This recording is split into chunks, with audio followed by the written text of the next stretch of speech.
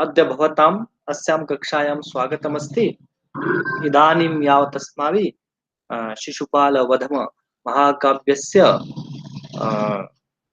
अ, त्रयोविंशतिः श्लोकाः पठिता। इदानीमद्य वयं चतुर्विंशः श्लोकः इदानीं पठ्यते। तर्हि तदर्थं भवन्तः समेऽपि सिद्धाः भवन्तु। इदानीं भवतां पुरतः श्लोकः दृश्यते। यथा प्रतिदिनं भवति तथैव अद्यापि वयम् अत्र श्लोकस्य पूर्वं आदौ श्लोकोच्चारणम् अनन्तरं पदच्छेद अनन्तरं च अन्वयः कृष्यते। तो जिस प्रकार से प्रतिदिन हम करते हैं आज भी वैसे ही करेंगे। पहले 2 बार श्लोक का उच्चारण करेंगे, उसके बाद पदच्छेद करेंगे, अन्वय करेंगे और उसका सरल अर्थ निकालेंगे। तो सबसे पहले श्लोक का उच्चारण करेंगे। 24वां श्लोक आपके सामने है। निदाघ धामानमिवादिधीदितिं मुदा विकासं मुनिमभ्युपेयुषि विलोचने बिभ्रदधीश्रितश्रेणी सपुण्डरीकाक्ष इति स्फुटोऽभवत्। पुनः एक बारं निदाघ निदाघधामानमिवाधिदीधितिं मुदा विकासं मुनिमभ्युपेयुषि विलोचने बिभ्रदधीश्रितश्रेणी सपुण्डरीकाक्ष इति स्फुटोऽभवत्। तो इस श्लोक में क्या वर्णन किया गया कि भाई जो नारद जी थे वो सूर्य से भी ज्यादा तेजवान थे। और सूर्य से भी ज्यादा तेजवान होने के कारण जब भगवान श्री कृष्ण ने उनको देखा तो उनकी जो आंखें हैं वो कमल की तरह विकसित हो गई, जिससे उनका जो पुंडरीकाक्ष नाम है वह सत्य हो गया। ऐसा वर्णन किया है। सबसे पहले कहा नारद जी जो है सूर्य से भी अधिक तेज वाले थे। उनको देखने से कमल की तरह भगवान श्री कृष्ण की आंखें विकसित हो गई, इसलिए उनका जो पुंडरीकाक्ष नाम है वह सार्थक हो गया। ऐसा इस श्लोक में वर्णन किया है। और इसमें संकर अलंकार है, क्योंकि 2-3 अलंकार पहले काव्यलिंग आया है, फिर उपमा आया है। 2-3 अलंकार के आ जाने से यहाँ पर संकर अलंकार हो जाएगा। तो ऐसा कहा। तो अब हम इस श्लोक का सबसे पहले पदच्छेद करेंगे, जैसा हम प्रतिदिन करते हैं। तो सर्वादौ पदच्छेदः क्रियते। निदाघ धामानम धा धामानम इव इव अधिदिधीतिम कुर्मः। निदाघ अ, अ, धामानम इव। निदाग शब्द से अर्थ भवति। ये जो निदाग आया इसको उष्णम कहते हैं या ग्रीष्म काल। निदाग धामानम, निदाग धाम किरण है, उष्ण है, किरण किरण कहते हैं जो सूर्य की किरण होती है। निदाग धामानम तो गर्म किरणों वाला कौन? सूर्य, उसके जैसे। अधिधीतिम, अधिधीतिम तेजसम, अधिक तेजसम। अधि शब्द आने से तेज शब्द आएगा। अधिधीतिम अधिक तेज को मुदा प्रसन्नता से धारण कर, जिस जो अधिक तेजवान है। में वो अधिधीतिम, दीधीतिम उसके समान, सूर्य के समान अत्यधिक तेज वाला कौन है? नारद जी। निधाग धामानमिव अधिदिधीतिम, अधि अधि दीधीतिम, दी धी तिम अधिक तेजसम। मुदा, मुदा शब्द से अर्थ भवति प्रसन्नता। विकासम, विकासम मुनिम अभ्युपयुषे। मुनिम शब्दस्य एकः एव अर्थः भवति नारदम अभि अभि उपेयुषि। अभि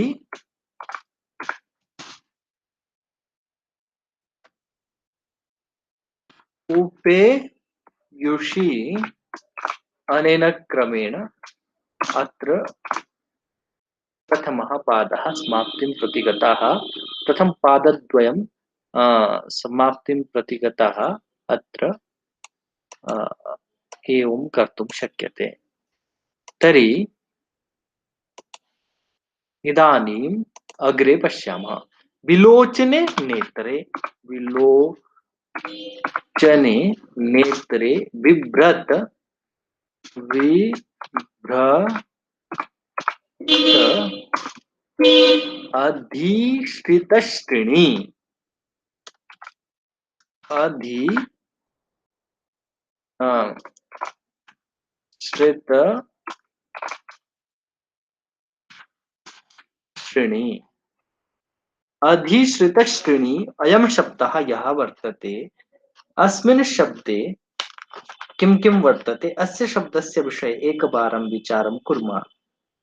अधिश्रिता प्राप्ता श्रीशोभा अत्र श्रीणी कृतमस्ति शोभे अधिश्रितश्रीणी तर्हि श्रीणी अत्र लोचने वर्तते तर्हि लोचने द्विवचने वर्तते तर्हि अधिश्रितश्रीणी कीदृशी लोचने याभ्यां लोचनाभ्याम् अधिश्रितश्रेणी शोभा प्राप्ता शोभा प्राप्ते लोचने अनेन क्रमेण अस्य अर्थः कर्तुं शक्यते। स पुण्डरीकाक्ष पुण्डरीकाक्ष इत्युक्ते पुण्डरीक भवति कमलं कमलम् इव अक्षणी यस्य सः कमल के समान है आंखें जिसकी उसको हम पुंडरीकाक्ष कहते हैं। पुंडरीक जमा अक्ष पुंडरीकाक्ष अक्षिणी शब्द आता है द्वितीय विभक्ति तत्र द्विवचन में आता है अक्षिणी प्रथम और द्वितीय विभक्ति दोनों में बनता है। तो पुंडरीकाक्ष किसको कहा भगवान विष्णु को। तो अधिश्रित श्रेणी सा पुंडरीकाक्ष पुंडरी काक्ष इति स्फुटः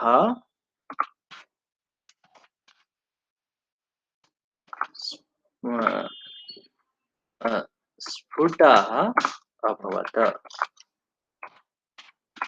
अनेन क्रमेण अत्र पदच्छेदः कर्तुं शक्यते।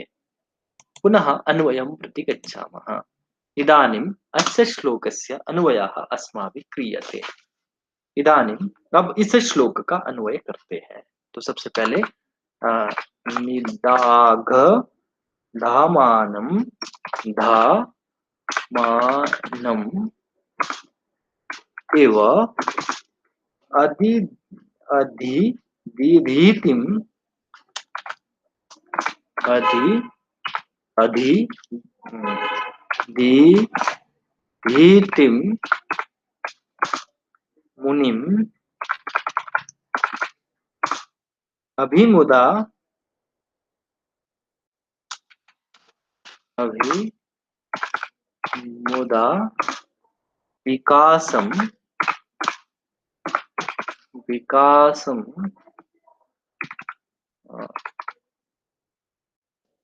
विकासं उपेयुषि उपेयुषि अधिश्रितश्रेणी अधिश्रित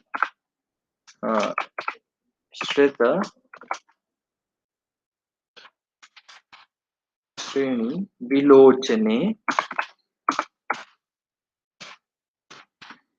विलोचने बिभ्रत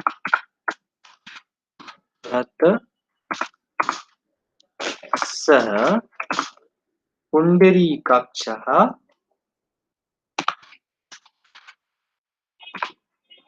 पुण्डरीकाक्षः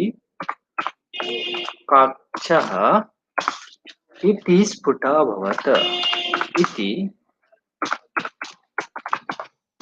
स्फुटः अभवत् इति स्फुटः अभवत्। अनेन क्रमेण अन्वयः अस्माकं पुरतः वर्तते। इदानीम् एकम् एकं शब्दं पुनः पश्यामः। अभी अन्वय हमारे सामने है, इसमें है निदाघधामानम। निदाघ शब्द का अर्थ होता है उष्ण, गर्म, धामानम किरणों वाला।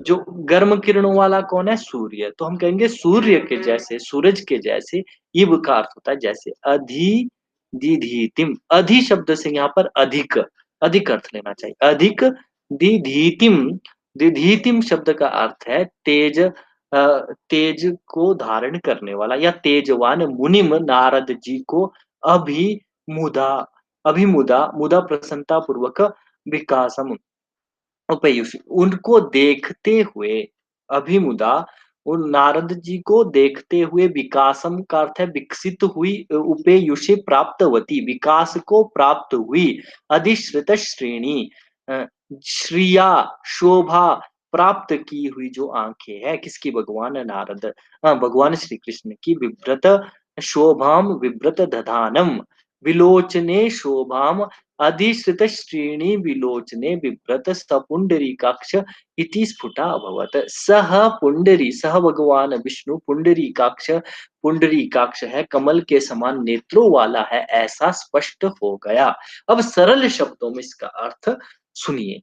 तो इसका सरल शब्दों में क्या अर्थ हो जाएगा? निधाग धामानम, वही उष्ण किरणों वाले सूर्य के समान तेज वाले नारद को प्रसन्नता पूर्वक जिन आंखों से नारद भगवान श्री कृष्ण ने देखा, वो आंखें, वो आंखें उन तेजवान नारद जी को देखकर विकसित हो गई। विकसित होने का अर्थ है कि पूरी खुल गई, जिससे विवृत शब्द से उन खुल खुल गई, और उन आंखों ने शोभा को, सुंदरता को, लक्ष्मी को धारण किया। इस कारण से सपुंडरीकाक्ष इति स्फुटभवत्, जो उनका नाम पुंडरीकाक्ष रखा गया है, वह नाम सार्थक हो गया है। सूर्य को देखने से कमल खिलता है, तो नारद जी सूर्य के समान तेजवान थे। उनको देखने से नारद जी की सुंदर आंखों ने, जिन आंखों ने श्री को, शोभा को धारण किया, वो विकसित हो गई। इसलिए भगवान श्री कृष्ण या भगवान विष्णु का जो पुंडरीकाक्ष ऐसा नाम है, वह सार्थक हो गया। इस प्रकार का वर्णन इस श्लोक में किया गया है। तो ये सरल अर्थ हमारे सामने आता है कि नारद तेजवान, सूर्य के समान तेजवान नारद जी को लगातार देखने से भगवान श्री कृष्ण की आंखें विकसित हो गई और शोभा को प्राप्त हो गई। इसलिए उनका जो नाम पुंडरीकाक्ष है वह सार्थक हो गया। अनेन क्रमेण अयं वर्णनम्, एतादृशं वर्णनम् अत्र प्राप्यते। इदानीं शब्दार्थं पश्यामः। अस्य श्लोकस्य, अस्मिन् श्लोके आगतानां शब्दानाम् एकवारम् अर्थं भवतां पुरुष शब्दार्थं भवतां पुरतः स्थापयामि। सद्वादौ निदाघधामानम्, सर्वादौ शब्दः आगतः वर्तते।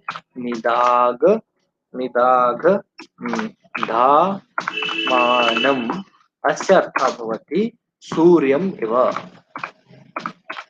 सूर्यम् इव। अग्रे वर्तते अधिविधीतिम्, अधिविधीतिम्, अस्य अर्थः भवति अधिक तेजसम्। अग्रे वर्तते मुनिम्,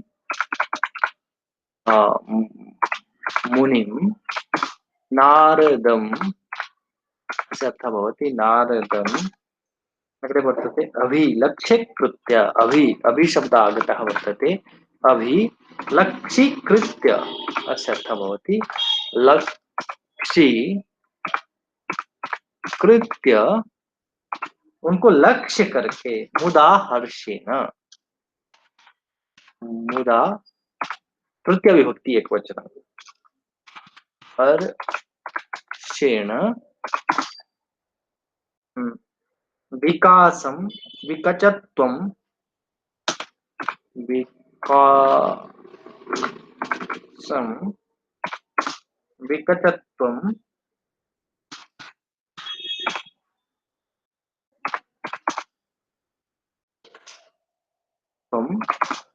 उपेयुषि उपे उपेयुषि अस्य अर्थः भवति प्राप्तवती प्राप्तवती अधिश्रितश्रेणी लब्धशोभे अभि अ, अधिश्रित श्रेणी लब्धशोभे लब्धशोभे विलोचने विलोचने नेत्रे बिभ्रत नेत्रे बिभ्रत प्रधानः बिभ्रत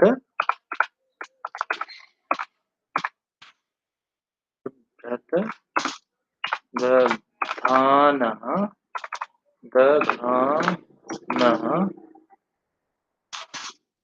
सः श्रीकृष्णः श्रीकृष्णः श्रीकृष्णः पुण्डरीकाक्षः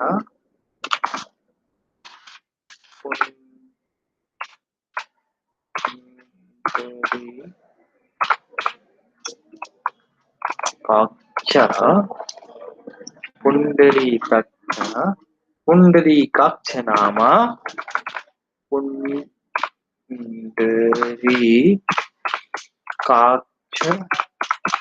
नाम स्फुटः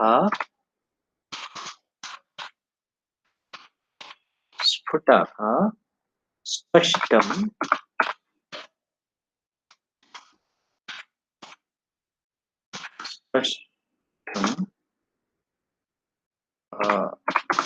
अभवत्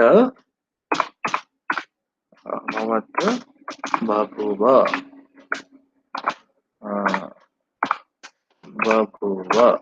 अनेन क्रमेण अस्माभिः अस्य श्लोकस्य अर्थः कृतः एकवारं सरलया भाषया अस्य अर्थं भवतां पुरतः उपस्थापयामि तदनु अस्याः कक्षायाः अत्रैव समाप्तिर्भविष्यति तदनन्तरं एकवारम् उच्चारणं करोमि अनन्तरं च कक्षां समापयामि निधागधामान विवादिधीधितिं मुदा विकासं मुनिमभ्युपेयुषि विलोचने बिभ्रददै श्रितश्रेणी सपुण्डरीकाक्ष इति स्फुटो भवत्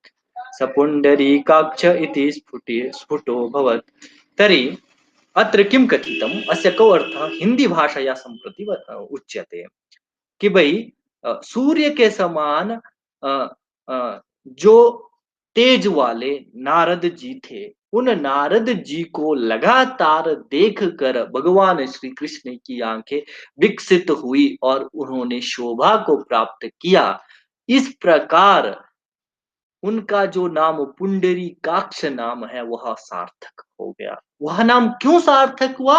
क्योंकि सूर्य को देखने से कमल खिलता है और पुंडरीकाक्ष शब्द का अर्थ होता है पुंडरीक के समान है आंखें जिसकी। पुंडरीक कहते हैं कमल को। भगवान विष्णु की जो आंखें हैं उन्हें कहते हैं कि कमल के जैसे सुंदर आंखें वाले हैं।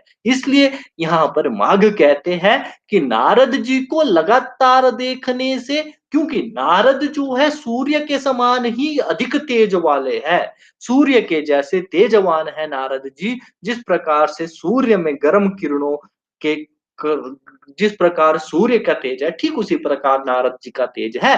नारद जी को लगातार देखने से उनकी आंखें कमल के जैसे विकसित हो गई, इसलिए जो उनको पुंडरीकाक्ष नाम दिया गया है वह नाम सार्थक हो गया। एतादृशं वर्णनम् अस्मिन् श्लोके कृतः वर्तते। अत्रैव कक्षां समापयामः। तावत् नमस्कारः सर्वेषां सर्वेभ्यः धन्यवादः।